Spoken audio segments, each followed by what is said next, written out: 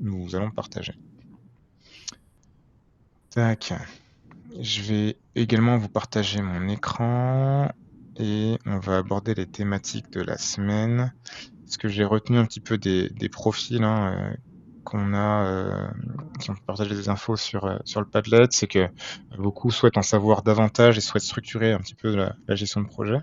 Vous avez certainement appris un petit peu sur le tas, et le but est de pouvoir mettre parfois des mots, des termes, mais aussi peut-être une structure qui n'existe pas ou qui existe mais qui est peut-être pas forcément bien mis en avant. Donc on va voir tout ça ensemble pendant 4 semaines et le but est que vous réussissiez aussi. Petit aparté aussi par rapport aux exercices, donc vous avez vos projets, enfin certains ont peut-être des projets qui peuvent prendre un exemple, c'est très bien. Si vous souhaitez remplacer un exercice qui est proposé par l'application d'un exercice pour votre projet, c'est possible aussi. Il y a des cas où je vais vous demander les deux, partager par exemple le tableau des risques de votre projet et celui de l'exercice. Et pour certains cas, si vous souhaitez le remplacer, pour que vous souhaitez avoir une expertise un petit peu sur votre projet pour en savoir plus, c'est possible aussi. Donc surtout, n'hésitez pas à me le dire. Est-ce qu'il y a des questions jusque-là ou est-ce qu'on peut démarrer? Non, c'est bon. C'est un échange, alors surtout, n'hésitez pas à m'interrompre. La semaine 1 est donc dédiée à la partie démarrage du projet, et c'est une étape très importante. C'est vrai que c'est une étape importante. Là, je vous partage les acteurs, mais les acteurs sont peut-être pas la première chose qu'on va identifier dans un projet. C'est peut-être pas la première chose qu'on va réaliser. Mais c'est important lorsqu'un projet démarre de s'assurer que les personnes sont bien identifiées.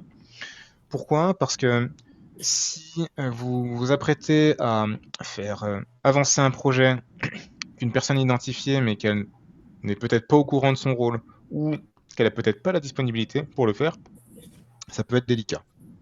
J'ai eu le cas, moi, de chefs de projet avec lesquels on concourait sur des projets qui s'interfaçaient, hein, donc de deux systèmes qui s'imbriquaient. Et c'est vrai qu'il y en a un qui m'a partagé, écoute, enfin nous, c'est un projet, ça va très mal, il y a plein d'erreurs, il y a plein de bugs.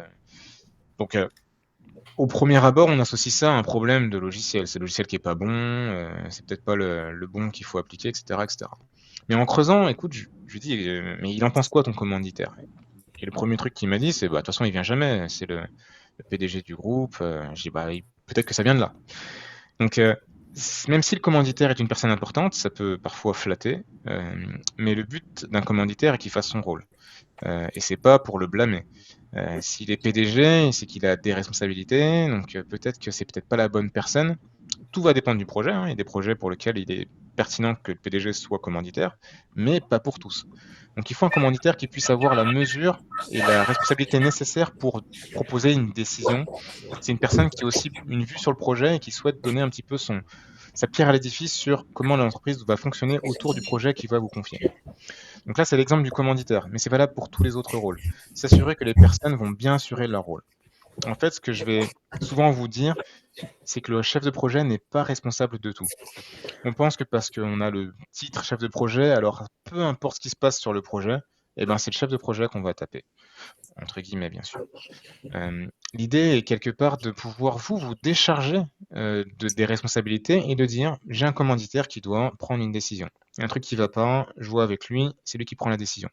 Vous n'allez pas tout prendre pour vous. Et vos projets avancent, vous vous rendez compte que finalement le design proposé, le dessin, la stratégie visuelle ne correspond pas. Il nous faudrait peut-être une autre personne pour aider, ça va coûter un peu plus cher, etc. C'était pas prévu, vous levez le doigt. J'ai besoin d'autorité de changement pour valider un changement. On va ajouter du budget, ajouter un petit peu de planning, et ça va avoir un impact. Mais vous le faites en connaissance de cause. Ça veut dire que votre responsabilité, c'est de pouvoir alerter. Maintenant, l'entreprise décide de ne pas y aller. Si ça ne marche pas visuellement, je ne vais pas dire que ce n'est pas votre problème, mais vous avez fait ce qu'il fallait pour que ça aille dans le bon sens. Maintenant, si l'entreprise a une autre vue, l'autorité de changement a une autre vue et décide de ne pas valider ce changement, c'est avec les conséquences que vous allez partager. Donc ça, c'est un exemple. Mais tout ça pour dire que il y a beaucoup de rôles qui sont inscrits dans un projet. Certains peuvent être endossés par le chef de projet lui-même, On parle des rôles clients et des rôles fournisseurs. Le chef de projet est plutôt un fournisseur de l'entreprise, et un fournisseur projet de l'entreprise. Donc il va se placer dans cette catégorie-là. Donc il pourrait très bien endosser un rôle de chef d'équipe, parce que chef d'équipe, il va, ce sont la partie création de livrables, etc. Donc qui est un petit peu adossé au chef de projet. C'est possible, je l'ai déjà eu fait d'avoir ces deux rôles. On peut aussi être support projet, parce que c'est la partie administrative, gérer peut-être les contrats avec les fournisseurs, gérer les contrats avec les prestataires, c'est possible aussi. Par contre, être chef de projet et commanditaire, ou chef de projet responsable utilisateur, ça le fait un peu moins, parce qu'on est un petit peu jugé parti. Imaginez que vous souhaitez avoir une extension de budget, et puis en tant que chef de projet, vous dites, ben voilà, j'aimerais rajouter 100 000 euros. Et puis bah, vous dites, vous placez de l'autre côté en tant que communautaire, bah, écoute, je les accorde. Donc là, vous voyez un petit peu l'image, ce serait pas logique. Maintenant, j'ai eu aussi des apprenants, hein, j'en ai eu une qui souhaitait réaliser une fête foraine, enfin un genre de, de, de fête du village, et qu'elle a créé avec son mari et sa tante. Bon, voilà, ils sont trois, difficile de pas voir deux rôles qui normalement ne coïncident pas. Il y a une exception. Par contre, c'est bien si on endosse un rôle qui est pas censé être le nôtre, de pouvoir avoir une vision externe, par exemple, bah, son mari qui va, même si c'est elle qui est commanditaire, qui va lui proposer un conseil qu'elle doit tenir compte. Donc ça évite d'avoir cette situation de monarchie absolue de droit divin. Voilà.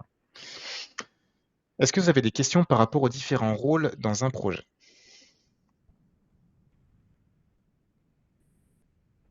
Non, moi j'ai pas de questions. Non plus. Très bien, et ben allons de l'avant avec la partie cahier des charges. Alors cahier des charges, c'est vrai que là ici présenté sous forme d'un tableau, mais on pourrait le schématiser comme une petite feuille de brouillon sur laquelle on a rédigé des notes, parce que le commanditaire vous a sollicité en disant viens voir Alexandra, j'ai un projet pour toi, viens boire un café. Mon projet, il serait comme ci, il serait comme ça, pas plus que tant, et je le veux pour juin. Euh, et quelque part, là, tu te dis, tu as en tête et tu te dis, oh, attends, oui, il y a un cahier des charges. Et c'est là qu'il faut poser les questions qui sont importantes, parce que le commanditaire n'est peut-être pas très disponible, hein, imaginons. Donc c'est bien de pouvoir se dire, ok, quel est vraiment le contexte, quelles sont les raisons, à quoi ça va servir, quel est le bénéfice derrière tout ça, s'il va y avoir des problèmes, quelles seraient les répercussions, est-ce qu'on voit des contraintes, et puis le délai, ben, on en a parlé aussi. Donc pouvoir déjà cibler toutes les petites questions qui vont vous permettre en tant que chef de projet d'avoir un minimum d'informations pour les étudier et les extrapoler de manière à créer ce qu'on appelle plus tard le business case. Donc quelque part, ce cahier des charges, il peut être... alors, il ne faut pas le minimiser. Alors, c'est vrai que j'ai parlé de feuilles de brouillon, mais dans certaines entreprises, le cahier des charges, c'est quelque chose de très structuré. Et parfois, il y a des cahiers des charges et peut-être pas de business case. Donc, tout va dépendre du contexte d'entreprise. Mais je préconise quand même d'avoir ces deux étapes. Ça veut dire d'avoir cette partie où on a les prémices du projet, ce que le commanditaire a en tête, ce qu'il lui souhaite, un petit peu un desiderata, et derrière, la partie business case qui, lui, plus un contrat. Donc cette partie contrat, et donc le contrat, j'aime bien utiliser ce mot parce que c'est quelque chose de formel. Dans le contrat, tout est écrit, les petites astérix en bas de page, etc. L'idée de pouvoir avoir cette étude aboutie, fine, de tout ce que va être le projet. Quand je parle de contrat, en fait, c'est un contrat entre l'entreprise et le projet. Pas entre le commanditaire et le chef de projet, parce que là, les responsabilités seraient très, très accrues. Mais l'idée de se dire, OK, l'entreprise décide d'avoir un projet, et quelque part, le chef de projet propose un contrat. Et il est possible que, dans le cahier des charges, le commanditaire dit, ben, moi, je veux ça, mais par contre, pas plus de 100 000 euros. OK, très bien. Et là, du coup, Léa, elle prend son stylo, machin, elle fait ses études, elle dit, ah, putain, il veut quelque chose, mais j'arrive pas à descendre en dessous de 200 000, quoi. Franchement, si vraiment il veut ça, c'est 200 000, mais je pourrais pas faire moins, parce qu'il faut telle ressource, il faut telle chose, il faut telle chose, il faut telle chose. Quelque part, le contrat qu'on peut proposer, c'est 200 000, mais par contre, il a tout ce qu'il veut.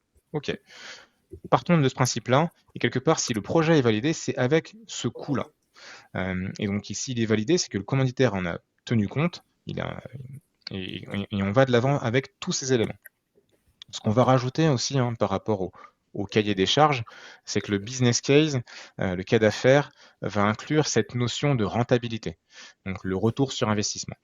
Le retour sur investissement, il est important parce que c'est un indicateur qui généralement permet à l'entreprise de dire si un projet est viable ou non, si un projet va rapporter quelque chose à l'entreprise. Une entreprise est généralement là pour faire de l'argent, on va pas se le cacher, mais on peut aussi avoir des projets avec des ROI qui sont négatifs, ça existe, et qui sont pour autant approuvés. On peut avoir le cas d'un projet de type sécurité ou matériel, de se dire qu'une entreprise veut renouveler tout son parc informatique. Si une entreprise a 200 salariés, qu'elle est encore sous Windows 98 aujourd'hui, quelque part, les utilisateurs peut-être se plaignent un petit peu, et l'entreprise souhaite passer entièrement sur les dernières versions de Windows 10 et se dit, OK, ben, on va investir. Vous vous rendez compte que c'est un coût, mais quelque part, est-ce que quelqu'un est capable de me dire combien ça va rapporter à une entreprise d'investir autant? Franchement, moi, je ne sais pas. En revanche, de manière non tangible, donc non perceptible, forcément, ça va être plus dynamique. Forcément, les personnes vont moins se plaindre, vont peut-être avoir moins de bugs. Aussi, l'entreprise sera peut-être un peu plus protégée, puisque moins de virus, peut-être plus alerte. Et l'idée, quelque part, est qu'elle risque de moins subir une attaque, par exemple informatique, etc., etc. Donc, le coût, le gain est difficile à estimer. Le retour sur investissement sera négatif, puisqu'on va investir des sous pour acheter des ordinateurs. Par contre, ce que ça va rapporter, difficile de le dire, mais quelque part, on sait que l'entreprise sera plus dynamique, donc un projet comme cela peut être approuvé. Donc il ne faut pas se le cacher, c'est possible aussi. Et une autre variable qu'on va rajouter dans le business case, c'est la partie risque par rapport au cahier des charges. Risque, on peut aussi traduire sur peut-être c'est le débouché peut-être des répercussions. Donc les risques sont importants d'être identifiés au départ du projet. Ça donne un petit peu plus de crédit au chef de projet. Un projet, c'est une volonté de pouvoir réaliser quelque chose d'important pour l'entreprise. Alors oui, on souhaite le faire, mais l'idée de se dire que vous êtes chef de projet, mais vous ne partez pas la fleur au fusil, vous êtes conscient que des risques existent. Si il s'agit d'une nouvelle application, il est possible que les utilisateurs soient réfractaires au changement. Il se peut aussi que vous subissiez quelques plaintes, que peut-être que le design de la solution est peut-être difficile à réaliser. Des risques existent. Et en face, il faut toujours proposer une solution si ce risque est avéré. On verra les risques en semaine 3 de manière plus détaillée, comme ça vous pourrez un peu plus comprendre ce dont il s'agit. Est-ce que vous avez des questions par rapport à ça? Cahier des charges, business case, acteur? Oui, j'ai une question. Oui, dis-moi.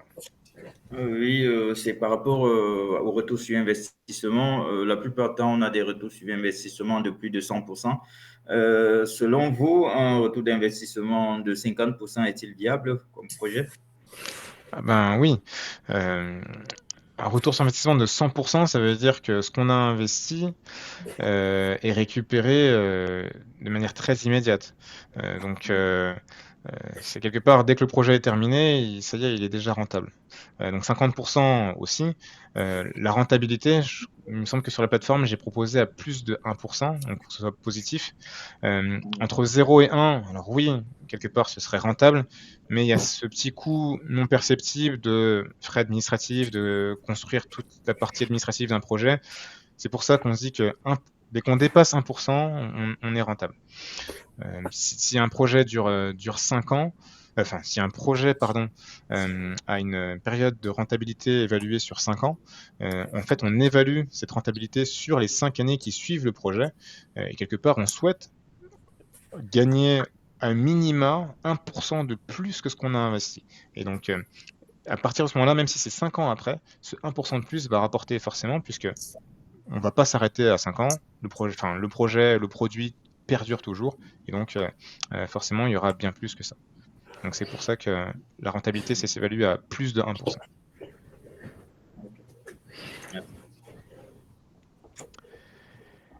D'autres questions?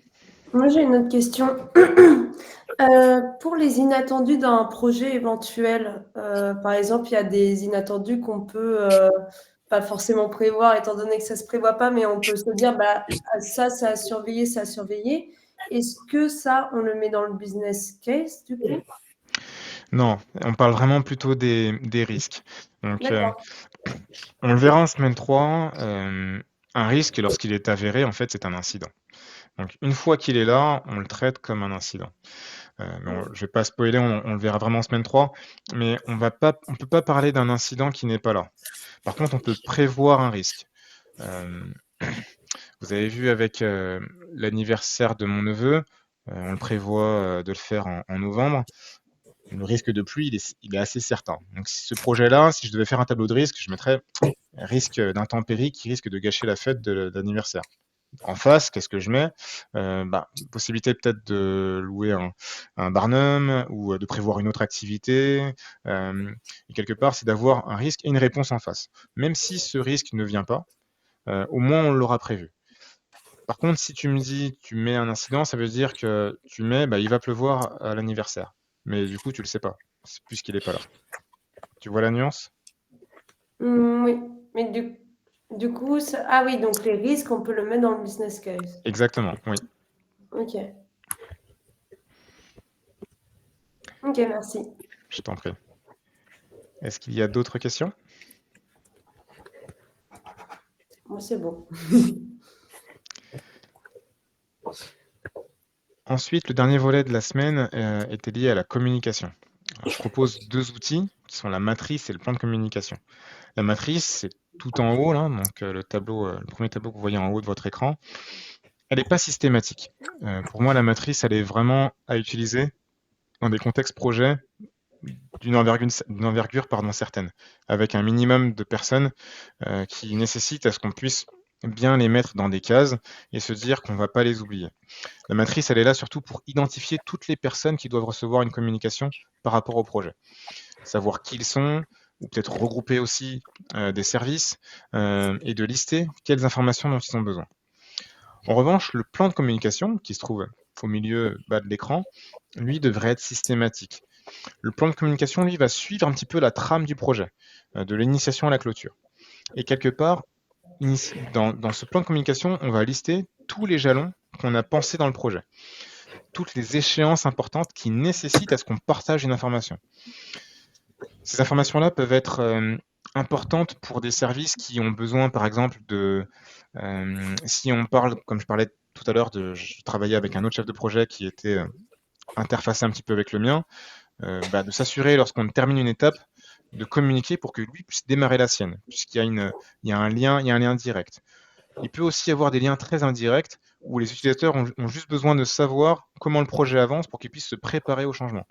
Et de se dire, par exemple, au milieu de l'exécution, de savoir que on est dans les temps et dans 2 ou 3 mois, préparez-vous, on va changer le logiciel, on va faire un switch, on va transférer les nouvelles données et quelque part, ça leur permet de se préparer. Ou bien simplement pour partager une information de manière générale et de dire que voilà, on a coché les cases et donc il y a des personnes qui veulent juste avoir l'information, juste pour savoir qu'un projet évolue ou pas. Donc c'est important de pouvoir avoir ce plan de communication instauré dans un projet. Ce qu'il faut savoir aussi, c'est que ce plan de communication, on l'élabore au départ du projet, mais qu'un projet, comme dans tout projet, même des projets de vie, ça évolue. C'est pas forcément ce qu'on a prévu qui se passe. Donc, ce plan de communication peut aussi évoluer. C'est pas parce que vous avez pensé le plan au départ du projet d'une manière qu'il ne va pas évoluer, on va pas rajouter des jalons ou des échéances durant le projet. Si, on peut et on doit. S'il y a des choses qui s'arrêtent ou des choses qui vont s'ajouter, c'est bien de pouvoir aussi le faire évoluer. Est-ce qu'il y a des questions par rapport à cette dernière page que je voulais vous partager aujourd'hui? Non. Non, c'est bon, merci. N'hésitez pas, s'il y a des termes qui vous paraissent pas clairs, de revenir vers moi ou de poster un message sur le Padlet. N'hésitez pas aussi à bien travailler sur vos exercices. C'est assez intense les 2 premières semaines, un peu moins à partir de la 3e. Donc, n'hésitez pas à bien partager vos exercices aussi. S'il n'y a pas plus de questions, je vous propose de clore pour aujourd'hui. La semaine prochaine, on parlera d'optimisation de compétences et de méthodes en gestion de projet, donc aussi des sujets très intéressants. Donc soyez armés et bien reposés pour attaquer la semaine et je serai évidemment là pour répondre à toutes vos interrogations. Et faites bien attention, la semaine prochaine, on a classe virtuelle à 13h30 et non 14h. Donc j'avais une classe virtuelle qui se terminait de la semaine 4 juste avant vous, mais le créneau habituel sera bien 13h30. Ok. Parfait. Merci beaucoup. Merci beaucoup. Merci à vous tous. Excellent week-end. Bonne journée. Bon week-end à tous. Bon week-end. Au revoir.